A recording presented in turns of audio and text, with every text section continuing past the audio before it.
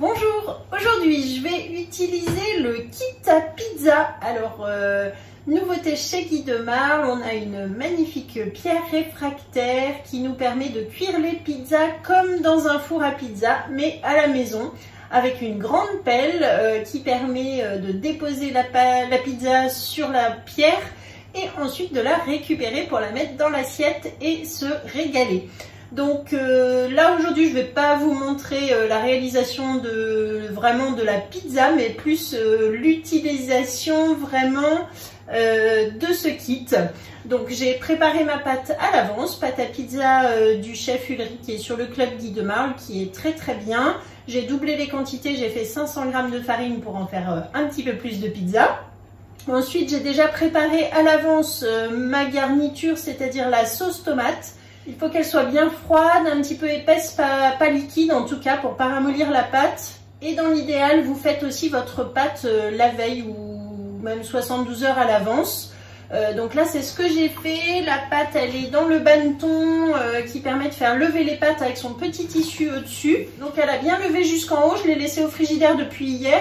Et là, maintenant, je vais pouvoir la travailler, faire mes différents petits pâtons. Donc avec cette proportion, moi là j'ai décidé de faire 6 petites pizzas. Après voilà, c'est à vous de voir. Je trouve que c'est plus facile de faire des petites pizzas que de faire des trop grandes, parce qu'après pour les transporter c'est pas si facile que ça. Je vais vous montrer un petit peu la manipulation en tout cas de la pelle, de la pierre et toutes les petites recommandations. Allez, c'est parti, je vous montre le super kit pizza. Nous allons donc utiliser le kit pizza qui est composé de la pierre réfractaire avec la grande pelle. Il nous faudra également le coupe-pizza, la roule-pâte et un racloir pour la pâte. Et on utilisera ensuite la grande grille pâtissière pour faire refroidir les pizzas. Voilà. Pour les ingrédients, il nous faut de la farine, de la semoule fine, de la pâte à pizza. Donc, je vous mettrai la recette également dans la description. Là, je l'ai fait lever dans ma petit banneton. Donc, voilà, elle est prête. Et ensuite, vous voyez, c'est un vide-frigo avec le B-Save, plein de petits pots, notamment une sauce tomate qu'il faut faire à l'avance pour qu'elle soit bien froide. Et ensuite, tous les petits ingrédients que vous souhaitez. Allez, c'est parti, je vous montre comment on l'utilise. Donc pour commencer, on pose la pierre sur la grille du four. Il faut bien que ça soit aéré en dessous. On ne met pas de lèche frite dans le four. Et on va préchauffer le four entre 270 et 300 degrés selon votre four. Le mien va jusqu'à 280. Donc on met la pierre froide dans le four froid et on monte jusqu'à 280 pour moi. Si vous pouvez 300 degrés, c'est encore mieux. On attend donc comme ça pendant 35 à 40 minutes. Donc là, j'ai séparé ma pâte en 6 morceaux. Voilà, on va la laisser gonfler encore un petit peu comme ceci. On la laisse de côté. Les 6 morceaux, je les ai séparés donc sur ma roule-pâte qui était farinée avec un petit peu de semoule. Pour la pâte, donc je l'étale sur ma roule-pâte, vous voyez comme ceci. Je l'écarte bien, comme ça, ça permet de coller un petit peu sur la roule-pâte. J'ai pas mis de farine exprès. Je vais pouvoir comme ça faire mes petits bords, voilà.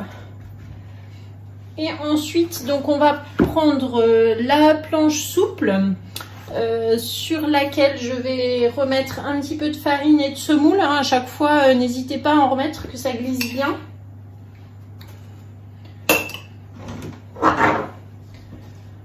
Hop, la pâte dessus.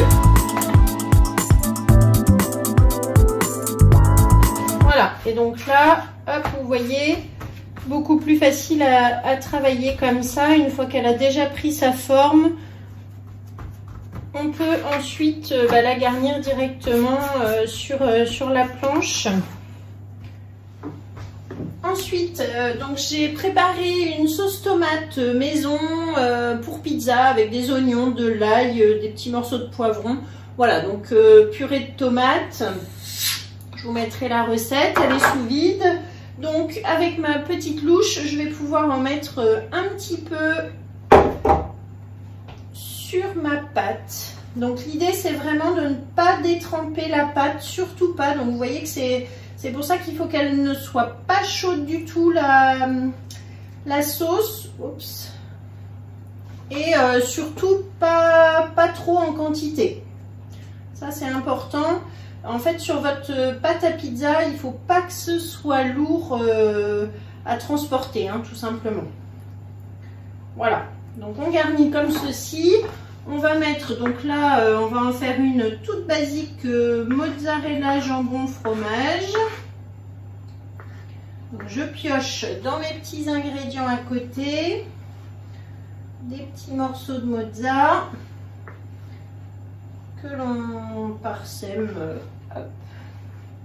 Voilà, vous pouvez utiliser du fromage râpé aussi, pourquoi pas. Donc là, j'ai du jambon sous vide, pareil, hop, on ouvre le récipient du Be-Save. Et on va mettre des petits morceaux de jambon. Donc vous les déchirez comme ça, tout simplement à la main, plutôt que de faire des morceaux, c'est sympa, c'est joli. Voilà, et ça agrémente tout de suite votre pizza. J'ajoute un petit peu de gruyère râpée.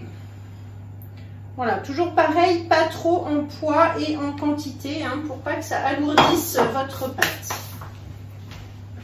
Ensuite, je parsème avec de l'origan. Nous, on aime bien ça. Hop.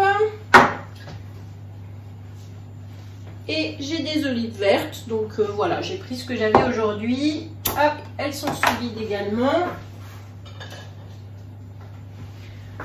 La pince du chef qui permet d'attraper. Et hop, on met une petite olive au milieu. Donc là, j'ai terminé. Il faut qu'au moment où vous avez terminé votre pizza, en fait, le four soit déjà chaud. Donc c'est pour ça, attendez bien, ça c'est important parce que là il va falloir la soulever tout de suite pour ne pas risquer en fait de détremper la pâte. Si plus vous attendez et plus ce sera difficile ensuite à manipuler. Alors là maintenant mon four est chaud, donc je vais commencer par attraper ma pizza et ensuite je vais l'emmener dans le four, la déposer sur la pierre. Et au moment de fermer la porte, je baisse mon four à 210 degrés pour la cuisson qui va durer environ 5 minutes pour des petites pizzas comme ça. Les plus grandes, c'est plutôt 7 minutes. Donc là, on verra. De toute façon, on va surveiller. Alors là, j'ai ma pelle à pizza. Donc, je vais lui mettre aussi un petit peu de semoule, un petit peu de farine. Comme ça, je suis sûre qu'elle colle pas trop et que ça ne va pas accrocher.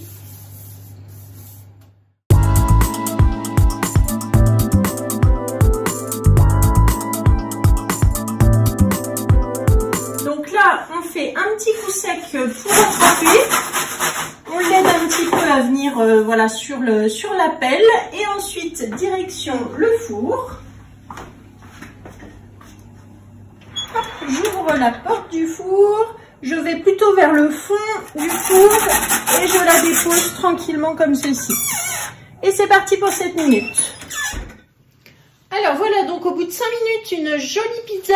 Je reprends ma pelle. Et alors là, je vais aller d'un petit coup sec, la ramener vers moi et la déposer ensuite sur la grille. Je referme tout de suite mon four pour qu'il reste bien chaud et je vous emmène. Et là maintenant, je la dépose sur la grille à pâtisserie pour qu'elle refroidisse, qu'il n'y ait pas trop d'humidité. Et donc ensuite, on recommence avec le reste de pâte. Donc là, je vais prendre un petit coup sec. J'ai fariné également ma plaque. Et donc, hop, vous voyez, on l'aide un petit peu. Hop, et voilà, donc là, ça y est, elle est dessus. Alors, vous voyez l'importance que ça glisse en dessous hein, pour bien la soulever. Et ensuite, on part dans le four. J'ai baissé mon four à 210 degrés. Donc, hop, c'est parti. Je prends ma pelle et ensuite, je vais jusqu'au bout comme ça.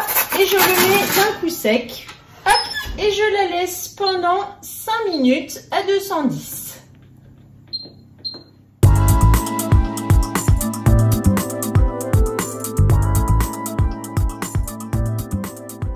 Alors voilà, vous avez vu donc comment utiliser ce kit à pizza. Donc là, j'ai sorti ma planche à découper, la planche avec les petits tiroirs là qui est bien pratique. Et le coupe-pizza, alors vous voyez qu'il a une superbe protection hein, pour pas se blesser et ça va être très facile pour couper. Donc là, j'en ai 3 qui refroidissent ici. Si vous devez, du coup forcément vous allez les faire un peu à l'avance. Donc soit une fois que c'est terminé, vous les mangez tout de suite, vous les remettez sur votre pierre qui est encore chaude dans le four, juste pour les réchauffer, les premières. Là vous avez vu, je les ai mises à refroidir sur ma grille à pâtisserie, c'est idéal. Et puis sinon, si vous les faites à l'avance, vous voulez les faire réchauffer plus tard, mais que vous avez déjà sorti votre pierre, vous les mettez comme moi ici sur une toile sile-pain, donc les toiles à pain qui vont permettre déjà de les laisser refroidir complètement pour que l'humidité s'échappe. Et puis ensuite, quand vous les remettrez dans le four, bien chaud, vous remettez le four même à 230 degrés, juste 2 minutes hein, vraiment pour les saisir. Du coup, sur la toile sile-pain, ça sera l'idéal. Voilà, donc on va sortir la dernière et je vous montre comment on utilise du coup le coupe-pizza. Alors voilà, je l'ai sortie du four, donc là je la pose sur ma planche. Je retire donc la protection et on va pouvoir la découper. Alors c'est hyper facile, juste un petit mouvement comme ça d'un côté sur un autre, un petit mouvement de balancier. Ça coupe net, ça n'attrape pas du coup la garniture qui est sur votre pizza, donc c'est beaucoup mieux parce qu'avec une raclette ou un couteau, vous savez, vous avez tendance à emporter le jambon, les petits morceaux de poivron, etc. Donc là, c'est super facile. Allez, je vous remontre. Juste un petit coup de balancier comme ça et voilà, notre pizza, elle est déjà en 4 coupée et prête à être dégustée. Ça sent bon ici dans la maison. Il y en a qui attendent derrière, donc on va arrêter la vidéo. En tout cas, merci de m'avoir suivi. Alors là, j'éteins mon four et je laisse complètement refroidir avant de toucher à la pierre. Ça, c'est vraiment un petit conseil très important. Ne sortez pas votre pierre du four tant qu'elle est chaude. Donc là, vous arrêtez le four ou même vous ouvrez la porte. Vous laissez refroidir, mais alors même 2 heures, 3 heures jusqu'au lendemain si vous pouvez ne pas utiliser votre four. Et ensuite seulement, vous pouvez la sortir. L'idéal pour la pierre, c'est de ne pas la mouiller, donc on la nettoie avec un chiffon sec. Elle va brunir, elle va se tacher au fil du temps parce qu'il y a toujours des petits, vous avez vu sur la mienne, des petits morceaux de sauce tomate qui coulent, etc., qui cuisent, mais c'est pas grave, ça va pas l'empêcher de cuire correctement vos pizzas. Vous pouvez aussi l'utiliser dans un barbecue électrique qui se referme, donc on maîtrise aussi la température. Et voilà, donc écoutez, je vous souhaite plein de bonnes soirées pizza grâce à ce kit. Si vous voulez le commander, vous pouvez tout simplement m'envoyer un message. Vous pouvez aussi passer par la boutique en ligne directement, vous faire livrer chez vous. Et n'oubliez pas de mettre mon nom, donc Stéphanie Olivier, à votre commande. Si c'est la première fois que vous passez une commande sur la boutique, eh bien vous me demandez avant, je vous envoie un petit bon de 5 € pour votre bienvenue sur la boutique en ligne. Et puis voilà, donc dans la description, vous aurez de toute façon la liste du matériel que j'ai utilisé, vous avez toutes mes coordonnées, vous avez un seul lien qui vous permet de cliquer, de retrouver mon Instagram, mon Facebook, ma chaîne YouTube, etc. Et du coup, aussi toutes mes coordonnées pour me joindre. Voilà, et si vous voulez faire un atelier, eh bien, vous savez aussi que vous pouvez m'appeler. À bientôt, merci, au revoir.